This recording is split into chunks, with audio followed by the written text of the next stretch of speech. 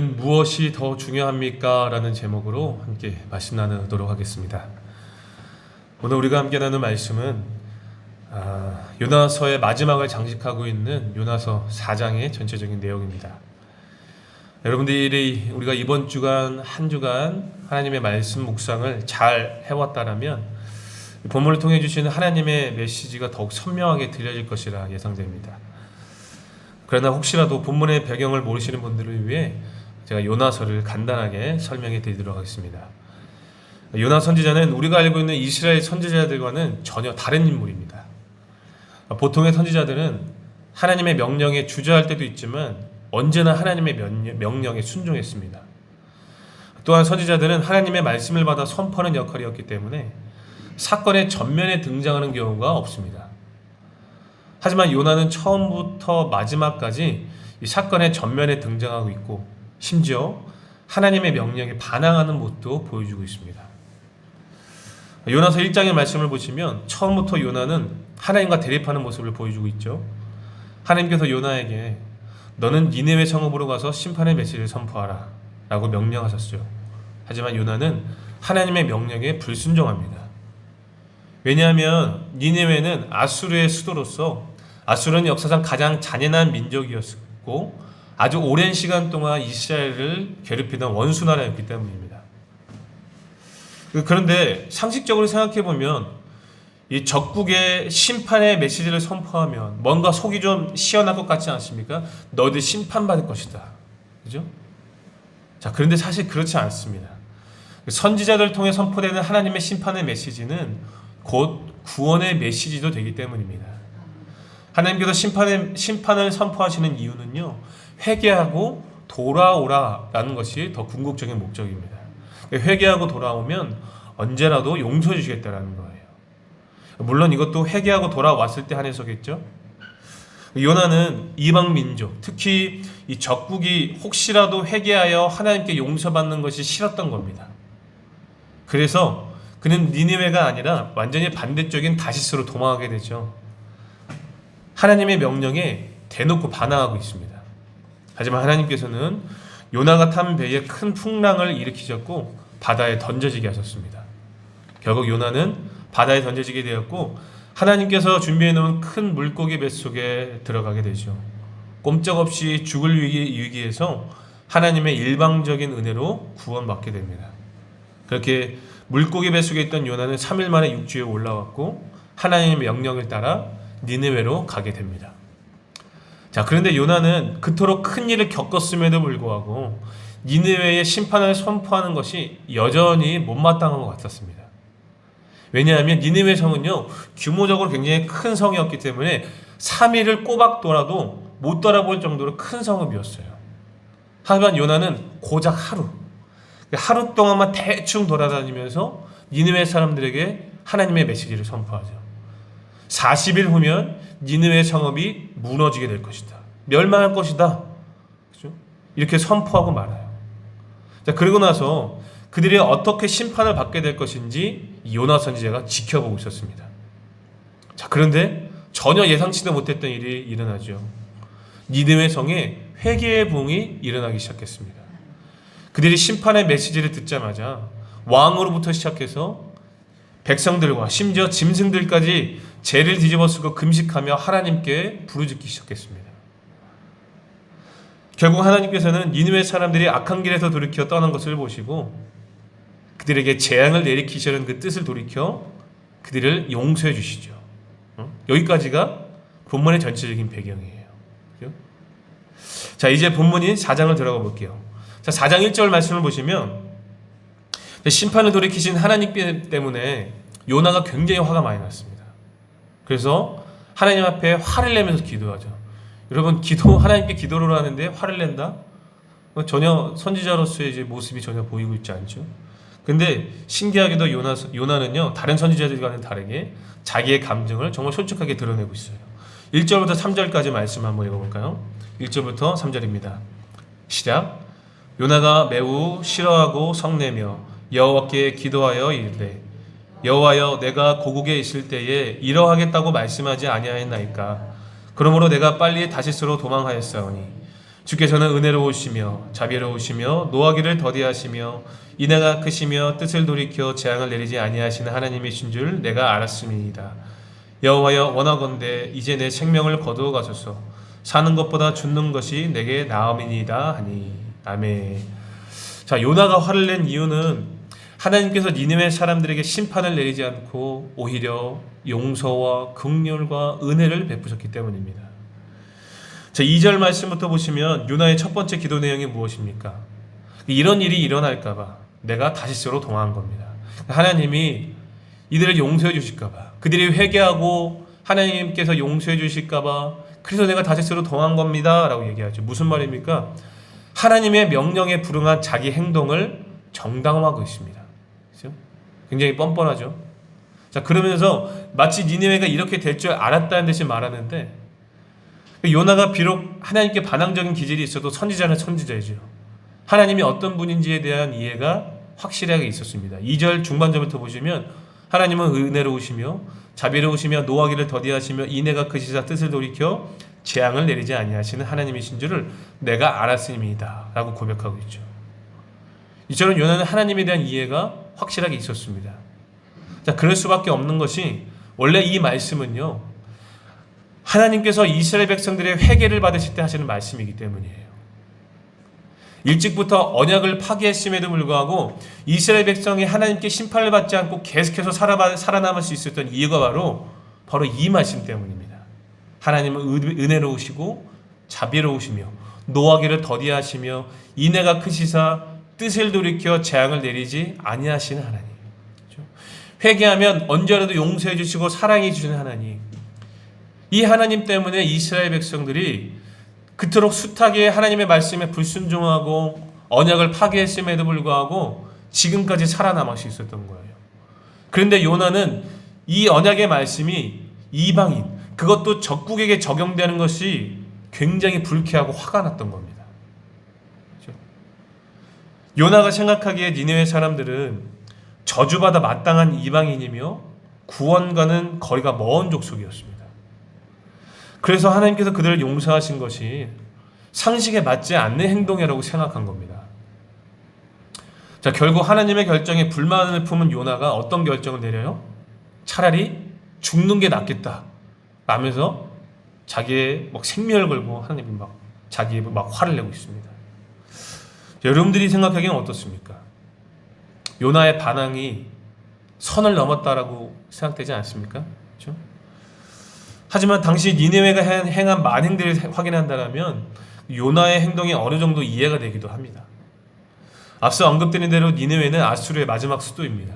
아수르는 역사상 가장 잔인한 제국 중에 하나로서 주변 나라를 잔혹하게 짓밟고 이스라엘을 지독하게 괴롭힌 나라였습니다. 당시 아수르의 역사적 배경을 기록한 아슈르 나시르팔 2세 정복 기사에는 이렇게 기록되어 있습니다. 제가 읽어드릴게요. 나는 산꼭대기를 강습하여 탈취했다. 그 막강한 산지 요새 항복판에서 나는 적들을 무수히 목베었다. 그들의 피로 온 산을 염색하니 마치 붉은 천 같았다. 나는 적들의 머리를 베어 그 도성 도처에 기둥처럼 쌓아놓았다. 어린 아이들과 여자들은 불 속에 제물로 만들어 주었다. 포로의 살가죽을 벗겨서 성벽에 쭉 깔아붙였다. 굉장히 잔인하죠. 이처럼 아수르 나시르팔 2세가 포로들을 산처럼 죽인 것을 자랑처럼 기록하고 있습니다. 자, 이제 요나의 심정이 이해가 되시나요? 그 마치 일본이 대한민국에 했던 만행들이라고 생각해 보시면 될 것 같아요. 이러한 잔인함과 잔혹함으로 이스라엘을 멸망시키려 했던 나라가 아수르였습니다. 요나가 아수르를 저주받은 민족, 심판받아 마땅한 민족이라는 여긴 이유는 물론 선민의식이 자리 잡고 있는 것도 맞지만 단순히 그것만은 아니었더라는 거예요. 실제 이스라엘 역사에서도 북이스라엘을 멸망한 나라가 어디입니까? 이 아수르잖아요. 그렇죠? 원수 나라가 심판이 아니라 오히려 구원받는 모습을 보면 누구라도 화가 나겠죠. 그렇죠? 어느 누가 원수를 사랑할 수가 있겠습니까? 저라도 원수 나라의 구원보다는 심판을 더 원했을지도 모르겠습니다. 물론 예수님께서는 원수를 사랑하라고 말씀하셨고 누가 너에게 뺨을 때리면 반대쪽도 대조라고 말씀하셨습니다. 그런데 사실 그 명령은요, 손양원 목사님이나 되는 어떤 한 시대에 한두 명 나올까 말까 하는 그런 분들 외에는 웬만한 그리스도인들이 쉽게 순종하기 어려운 부분입니다. 원수를 어떻게 사랑합니까? 절대로 쉬운 문제가 아니에요. 그러나 그럼에도 불구하고 오늘 우리가 요나가 되어서 본문에서 보여주는 하나님의 결정에 순종해야 하는 이유가 무엇일까요? 그것은 바로 우리도 과거에는 니느웨 사람과 똑같은 죄인이었기 때문이라는 것입니다. 로마서 3장 10절에 기록되어지길 우리가 원수 되었을 때에 그의 아들의 죽으심으로 말미암아 하나님과 화목하게 되었은즉 화목하게 된 자로서는 더욱 그의 살아나심으로 말미암아 구원을 받을 것이니라. 아멘. 성경은 우리의 죄로 인하여 하나님과 우리가 원수가 되었다고 분명하게 증언하고 있습니다. 하지만 하나님은 그의 아들 예수 그리스도를 십자가에 죽이심으로 말미암아 우리를 구원해 주셨습니다. 또한 예수님은 원수를 사랑하라는 명령을 십자가에 자신의 몸을 내어주심으로써 우리에게 모범을 보여주셨습니다. 만약 이러한 하나님의 일방적인 은혜가 없었다면 우리는 하나님께 심판받아 마땅한 존재임을 기억해야 합니다. 오늘 우리에게는 예수 그리스도로 말미암은 하나님의 용서와 사랑이 있다는 사실을 늘 기억하며 살아야 된다는 것입니다. 다시 말해 이 본문에 기록된 니느웨 사람들이 과거 우리의 모습이었다는 것을 잊어서는 안 된다는 거예요. 우리가 현재 하나님의 선민 요나의 위치에 머물 수 있는 것은 오늘 본문 2절에서 요나가 고백하고 있듯이 하나님께서는 은혜로우시고 자비로우시며 노하기를 더디하시며 인애가 크신 분이기 때문입니다. 그 은혜를 우리가 먼저 받았기 때문이다라는 거예요. 그러나 부끄럽게도 가끔 저에게도 하나님을 향한 이런 마음이 들 때가 있어요. 과연 저런 몰상식하고 사람 같지도 않은 사람에게까지 하나님의 선을 나타내야 됐나? 저런 사람들한테까지도 복음을 전해야 됩니까? 저런 사람들까지도 사랑해야 합니까? 라는 물음을 갖고 있습니다. 하나님, 저 사람들을 향한 하나님의 계획은 대체 무엇입니까? 라면서 요나와 같이 항변할 때가 있다는 거예요. 성도님들은 이런 생각 한 번도 안 해보셨나요? 사회생활을 하고 계신 분들이라면 한 번쯤 해보셨을 거예요. 자, 그렇다면 우리도 요나와 같은 마음이 들 때마다 어떻게 우리의 마음을 다스려야 될까요? 오늘 본문 말씀 4절에 보니까 요나의 항변을 들은 하나님께서 뭐라고 말씀하십니까? 4절 말씀에 네가 성내는 것이 옳으냐라고 질문하고 계십니다. 하나님은 요나를 책망하지 않고 이렇게 화를 내는 것이 옳은 것인지 다시 한번 생각해 보라 라고 말씀하고 계세요. 무슨 의미입니까? 요나야말로 하나님의 일방적인 은혜를 경험한 사람이라는 것을 깨달아야 된다는 것입니다. 요나는 불과 며칠 전까지만 해도 선지자로서의 사명을 내팽개치고 어떻게 했습니까? 도망을 갔다가 꼼짝없이 바다에 던져져 죽을 운명이었습니다. 그죠? 하지만 하나님께서 그를 일방적으로 살려주셨어요. 여러분 요나서 어디에서도요 요나가 하나님께 간구하였기 때문에 그를 살려주셨다는 내용이 없어요. 일방적으로 하나님께서 요나를 살려주셨습니다. 일방적인 하나님의 은혜를 경험했다는 거예요. 여러분 십자가의 은혜가 그것 아니겠습니까? 일방적으로 하나님께서 우리에게 찾아오신 사건이 십자가의 사건이고 복음의 사건입니다. 죄송합니다.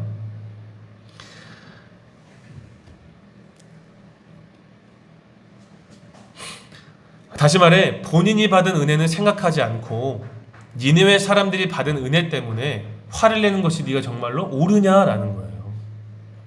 여러분 우리가 이 요나의 모습을 보면서 이런 신조어가 생각납니다. 요즘에 내로남불이라는 신조어가 생겼죠. 그죠? 내가 하면 로맨스, 남이 하면 불륜이라는 말을 줄여놓은 말입니다. 이 말은 특히 우리 그리스도인들이 더욱 귀담아 들어야 한다고 생각해요. 하나님이 보시기에 똑같은 죄인이고 누구보다 하나님의 은혜가 필요했던 사람들인데 과거에 누가 더 악했는지 서로 등급을 매기면서 살아갑니다. 우리 그리스도인들이. 저 사람은 하나님 믿으면 안 되는 거 아니야? 라는 생각을 한다는 거예요. 실예로 여러분 뉴스나 인터넷에 올라오는 가십거리 기사들을 보면요 과거에 엄청난 죄를 지었던 악인들이 목사가 되어 나타나고, 지금은 회심해서 새로운 삶을 살고 있다는 기사들을 한 번쯤은 접해보셨을 것입니다. 그러면 이런 기사들을 볼 때마다 마음 한편에 씁쓸한 마음이 들지 않으셨습니까? 이런 사람도? 라는 생각을 한 번쯤은 하셨을 거예요. 여러분, 만약 그런 마음이 들었다면 우리도 지금 내로남불로 살고 있다는 증거입니다. 여러분, 누구보다 하나님의 은혜가 필요했던 사람이 바로 우리입니다. 내가 생각하기에 저 사람은 안 된다라고 구원의 한계를 정해놓고 사는 사람들이 오늘 지금 우리의 모습이다라는 거예요. 누구보다도 하나님의 은혜가 필요했던 사람이 바로 우리이면서, 바로 우리의 모습이면서, 그래도 저 사람은 아닌데 라는 구원의 한계를 정해놓고 사는 사람들이 바로 오늘 우리다라는 거죠. 그러므로 우리도 요나와 같은 마음이 들 때마다 이 4절에서 하나님께서 요나에게 질문하신 이 질문을 묵상해 볼 수 있어야 돼요. 네가 성내는 것이 옳으냐? 그렇죠? 과연 우리는 하나님의 뜻에 반항할 만한 존재인가를 생각해 보아야 된다는 거죠. 분명 우리는 과거 니느웨 사람들처럼 저주받아 마땅한 죄인이었다는 사실을 기억해야 됩니다. 하지만 하나님께서는 우리가 원수 되었음에도 불구하고 예수 그리스도의 십자가에 내어주심으로 말미암아 당신의 사랑과 용서를 나타내셨습니다. 우리의 어떠함이 아니라 하나님의 일방적인 은혜라는 거예요. 그러므로 사랑하는 성도 여러분, 요나와 같은 마음이 들 때마다 네가 성내는 것이 옳으냐, 이 하나님의 물음을 스스로에게 던져볼 수 있기를 바랍니다. 하나님과 우리가 원수 되었을 때 보여주신 십자가의 사랑과 용서를 기억하실 수 있기를 바랍니다. 그래서 부디 이 본문과 같은 상황이 발생되어졌을 때에 오히려 죄인들을 용서하시고 사랑하시는 하나님의 은혜를 찬양하는 우리가 될 수 있기를 예수님의 이름으로 권면드립니다. 아멘. 자, 다시 우리가 본문으로 돌아와서 계속해서 본문을 살펴볼게요. 자, 아무래도 요나가 이렇게 반응한 이유는 자기 중심적인 선민 사상이 가장 큰 이유가 될 것이라고 생각됩니다. 그래서 하나님은 이 요나의 자기 중심적이고 이기적인 신앙을 바르게 고쳐주기 위하여서 한 사건을 주시는데, 그 사건이 5절부터 기록되어 있죠. 5절부터 8절까지 함께 읽어보도록 하겠습니다. 5절부터 8절입니다. 시작. 요나가 성읍에서 나가서 그 성읍 동쪽에 앉아 거기서 자기를 위하여 초막을 짓고 그 성읍에 무슨 일이 일어나는가를 보려고 그 그늘 아래에 앉았더라. 하나님 여호와께서 박너쿨을 예비하사 요나를 가리게 하셨으니 이는 그의 머리를 위하여 그늘이 지게 하며 그의 괴로움을 면하게 하려 하심이었더라. 요나가 박너쿨로 말미암아 크게 기뻐하였더니 그 박너쿨을 갉아먹게 하시니 시드니라. 해가 뜰 때에 하나님이 뜨거운 동풍을 예비하셨고 해는 요나의 머리에 쪼임에 요나가 혼미하여 스스로 죽기를 구하여 이르되 사는 것보다 죽는 것이 내게 나으니이다 하니라. 아멘. 요나는 혹시나 하는 마음으로 니느웨 성에 무슨 일이 일어나는가 살펴보기 위해서 성읍 동쪽에 초막을 짓고 지켜보기로 했습니다.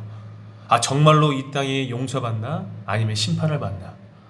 그래서 40일 안에 멸망한다라고 얘기했으니까, 그죠? 그래서 40일 동안 지켜보기로 작정한 거죠. 하늘에서는 태양이 이글거리면서 머리를 내리쬐고 있었습니다. 요나는 햇볕을 가리기 위해서 초막을 만들었는데 그게 좀 시원치 않았던 것 같아요.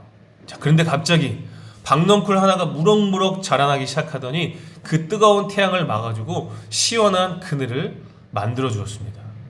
자, 그러자 금방까지도 화를 내고 씩씩거리던 요나가 크게 기뻐하고 있어요. 여러분, 6절의 요나의 반응이 참 재밌죠.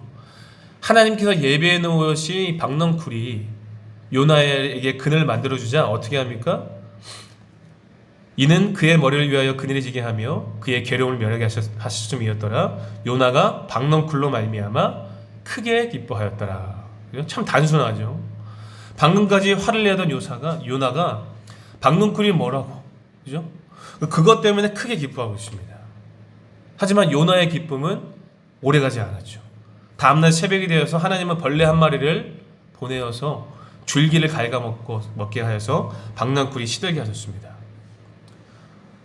거기다가 아침까지 뜨거운 동풍이 불게 하셨고 해가 머리에 뜨겁게 쪼이도록 하셨어요. 자, 그러자 8절 하반절에 보니까 뜨거움을 견디지 못한 요나가 어떻게 외칩니까? 하나님, 너무 뜨거워서 사는 것보다 죽는 게 낫습니다. 또 그럽니다. 여러분 3절에서 했던 이 미성숙한 발언을 또 하고 있습니다. 이 처음에는 이방인을 향한 하나님의 긍휼이 짜증났지만 지금은 자기 머리 위에 그늘이 사라진 것에 대해서 짜증을 내고 있습니다. 너무나 놀랍게도 요나는 사람이 아닌 식물이 살아남기를 원하고 있습니다. 선지자가 사람의 생명이 아닌 식물에 더 가치를 두고 있는 것입니다. 그러자 하나님이 뭐라고 말씀하십니까? 9절을 보시면 아까 4절에서 말씀하셨던 것 같이 다시 한번 말씀하시죠. 네가 이 박넝쿨로 말미암아 성내는 것이 어찌 옳으냐. 그죠? 여러분, 하나님께서 이렇게 말씀하신 이유가 무엇일까요? 한 성읍이 무너지는 엄청난 집단적 고통과 한 사람이 한낮에 태양빛을 가리지 못해 느끼는 고통을 대조하시면서 네가 이 작은 고통에도 힘들어하면서 한 민족의 고통을 즐기려는 태도가 정말로 옳은 것이냐? 라고 질문하고 있는 겁니다. 하지만 요나는 여전히 깨닫지 못하고 이렇게 대답합니다. 비록 내가 이 분노로 인하여 죽을지라도 화내는 것이 옳습니다. 역사상 이런 선지자가 있었나요? 하나님께 감정적으로 대응하고 있습니다. 요나는 니느웨를 향한 악감정 때문에 하나님의 뜻을 깨닫지도 못하고 하나님의 권면도 제대로 듣지 않고 있어요. 그렇죠? 요나의 모습을 보니까 이런 말이 딱 떠오르죠. 머리는 차갑게 가슴은 뜨겁게. 우리도 때로는 감정이 앞서면 이성적으로 판단되지 않을 때가 많죠. 지금 요나의 모습이 딱 그렇습니다.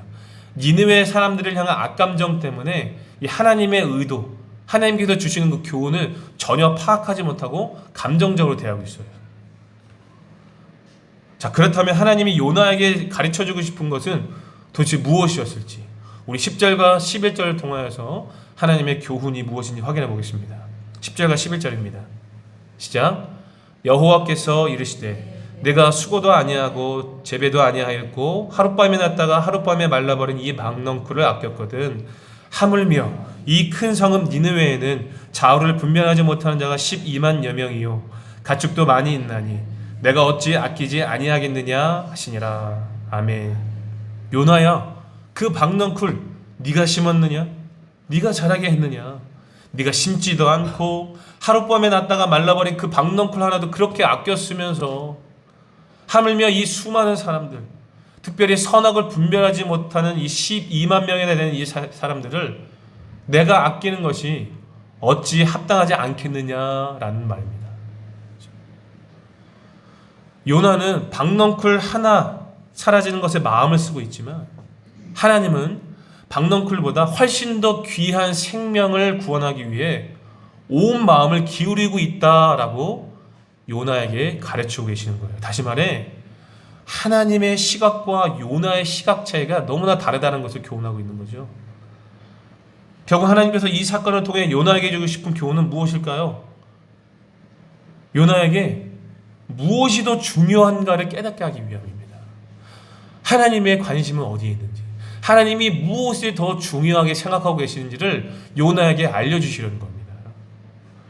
여러분, 요나서를 읽어가다 내려가다 보면요, 요나서 1장부터 3장까지 요나가 기뻐했다는 말이 한 번도 안 나옵니다. 오늘 본문이 4장에 와서야 기뻐하는 모습을 확인하게 되는데, 여러분, 요나는 선지자지요. 그러나 사람의 영혼이 변화되고 구원받는 장면에서는 기뻐하지 않았습니다. 그죠? 한 사람도 아니고요, 한 도시 전체가 구원받았습니다. 당대 최고의 도시가 주님 앞에 온전히 돌아온 사건이 오늘 본문의 메시지예요. 그것도 자기의 메시지를 듣고, 자기의 메시지를 듣고 한 도시 전체가 죽게 돌아오는 모습을 본인 눈으로 직접 경험했어요. 여러분, 천국에서 한 영혼이 돌아와도 잔치가 베풀어진다고 얘기했는데, 요나는 선지자임에도 불구하고 전혀 기뻐하지 않았습니다. 오히려 화를 내고 있어요.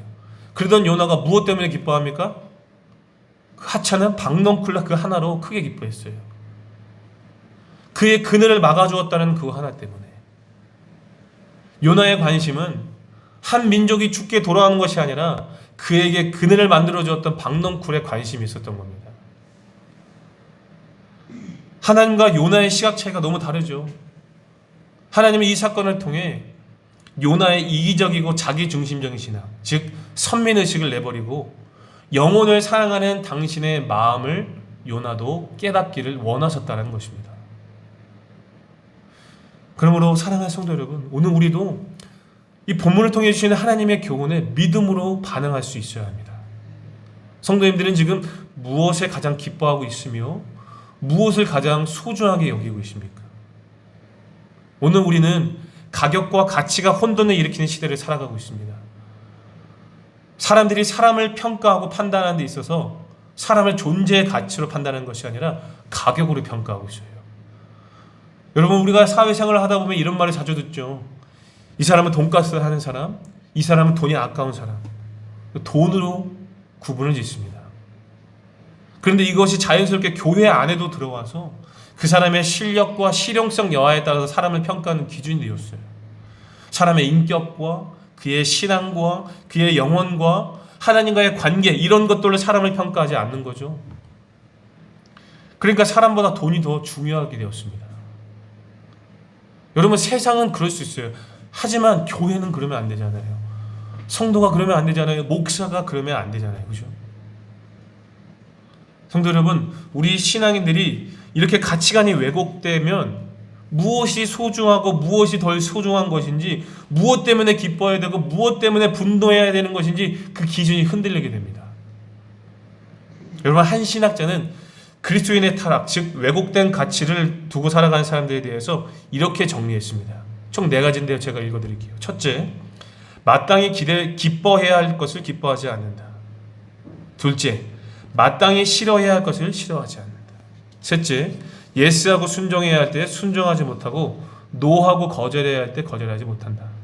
넷째, 소중히 여겨야 할 것을 소중히 여기지 못하고 헛된 것을 붙들고 거기다 생명을 걸고 살아간다.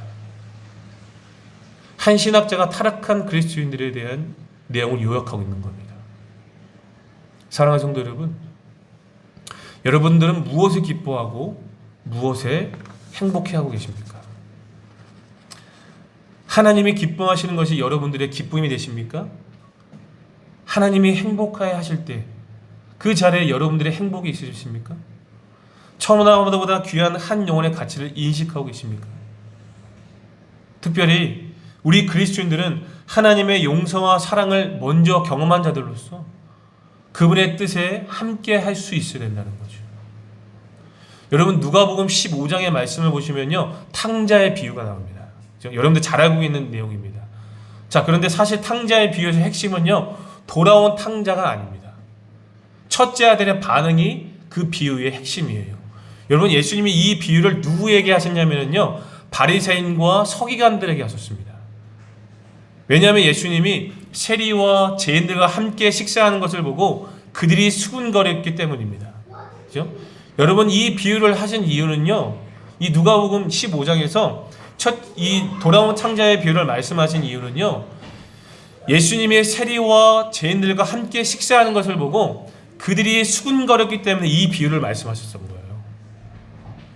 그러니까 돌아온 탕자는요, 세리와 죄인들을 상징하는 거고요, 동생을 반기지 않았던 첫째 아들은요, 바리새인과 서기관들을 상징하는 겁니다.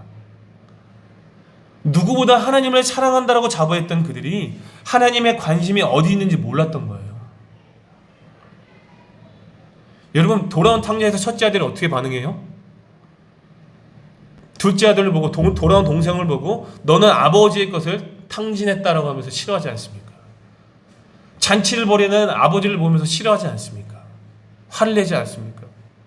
그렇죠?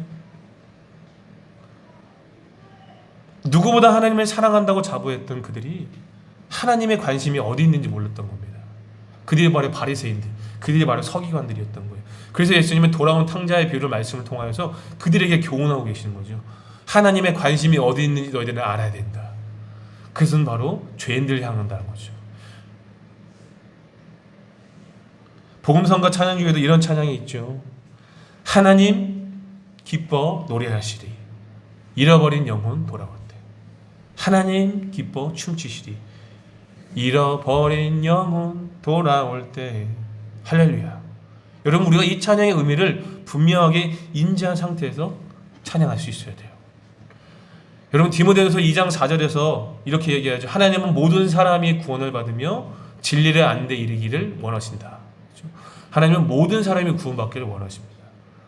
예수님의 십자가는요, 예수님의 흘리신 보혈의 은혜는요, 오늘 우리를 위해서만이 아닙니다. 이 땅에 존재하는 모든 영혼들을 위해서 흘리신 십자가의 보혈입니다. 사랑하는 성도 여러분, 하나님께서 기뻐하시는 이 뜻에 함께 동참하실 수 있기를 바랍니다. 이기적이고 자기중심적인 신앙을 버리고 하나님의 시각으로 한 영혼을 바라볼 수 있기를 바랍니다. 너무나 특이하게도 다른 선지서와는 다르게 요나서의 마지막은 어떤지 아십니까? 우리가 본문을 통해 확인하고 있듯이 요나를 향한 하나님의 마지막 대답으로 마무리가 됩니다. 좀 신기하죠? 최근 나오는 영화들을 보면 열린 결말로 끝나는 작품들이 많이 있죠. 자, 그것은 작가가 관객들에게 각자의 생각대로 결말을 맡기는 겁니다. 오늘 요나서의 마지막도 그런 결말로 끝이 나고 있는 것 같습니다. 요나가 하나님의 말씀에 무엇인가 깨달음이 있어서 니느웨 사람들의 구원을 보고 기쁨으로 고국에 돌아갔다라든지, 아니면 여전히 깨닫지 못하고 니느웨가 멸망할 때까지 떠나지 않고 있다라든지, 이런 결말이 나오지 않아요. 그렇죠? 아무래도 요나서를 기록한 저자는 오늘 살아가는 우리 그리스도인들에게 당신은 어떻게 하십니까? 라는 질문을 하고 있는 것 같습니다. 성도님들은 어떠신가요? 내가 요나였다면 어떻게 반응하시겠습니까? 사실 구약 성경의 선지자들 가운데 이렇게 노골적으로 하나님께 반항하는 선지자는 없습니다. 그래서 요나 선지자를 특별한 문제로 여기는 경우가 있죠. 하지만 요나 선지자만이 하나님의 부르심을 거부하고 반응한 유일한 선지자는 아니었습니다. 우리가 잘 알고 있는 모세도 처음에는 하나님의 부르심을 계속해서 저항했고요. 예레미야도, 그리고 엘리야도 하나님께 반항하고 하나님을 피해 도망까지 갔습니다. 그런 면에서 요나는 인간적인 어떤 보편적인 연약함을 가진 매우 보편적인 선지자로 말할 수 있습니다. 그런 면에서 요나는 우리를 대표하는 인물이기도 합니다. 하나님께 저항하고 반항하고 하나님의 말씀에 불순종하며 하나님께서 가라고 하신 곳이 아니라 내가 가고 싶은 곳을 가는, 우리를 대표하는 인물이 요나고, 요나가 곧 우리라는 거예요. 하지만 오늘 요나서를 통해서 우리가 무엇을 확인합니까? 하나님은 그러한 요나를 포기하지 않으셨다는 것입니다. 요나를 구제불능으로 여기지 않으셨다는 거예요. 그래서 바다에 던져진 요나를 살려주셨고 박넝쿨을 통해 한 영혼을 향한 하나님의 사랑을 깨닫도록 하셨다는 거예요. 결국 하나님의 시선은요, 요나를 통해 니느웨 사람들만을 바라보는 것이 아니라 요나도 포함되었었다는 겁니다. 무슨 말인지 이해가 되시죠? 하나님의 시선은요, 구원받을 니느웨 백성들만이 아니라, 그죠? 더욱더 성숙하게 세워갈 요나에게도 그의 시선이 있었다는 거죠. 하나님이. 그러므로 사랑하는 성도 여러분, 오늘 우리는 본문을 통해 열방을 향한 하나님의 사랑만이 아니라 당신의 백성들을 향한, 우리를 향한 사랑도 깨달을 수 있기를 바랍니다. 이제 말씀을 맺겠습니다. 오늘 우리는 본문을 통해 무엇을 더 중요하게 여겨야 하는지를 깨닫게 되었습니다. 그것은 바로 열방과 한 영혼을 향한 하나님의 사랑이었습니다.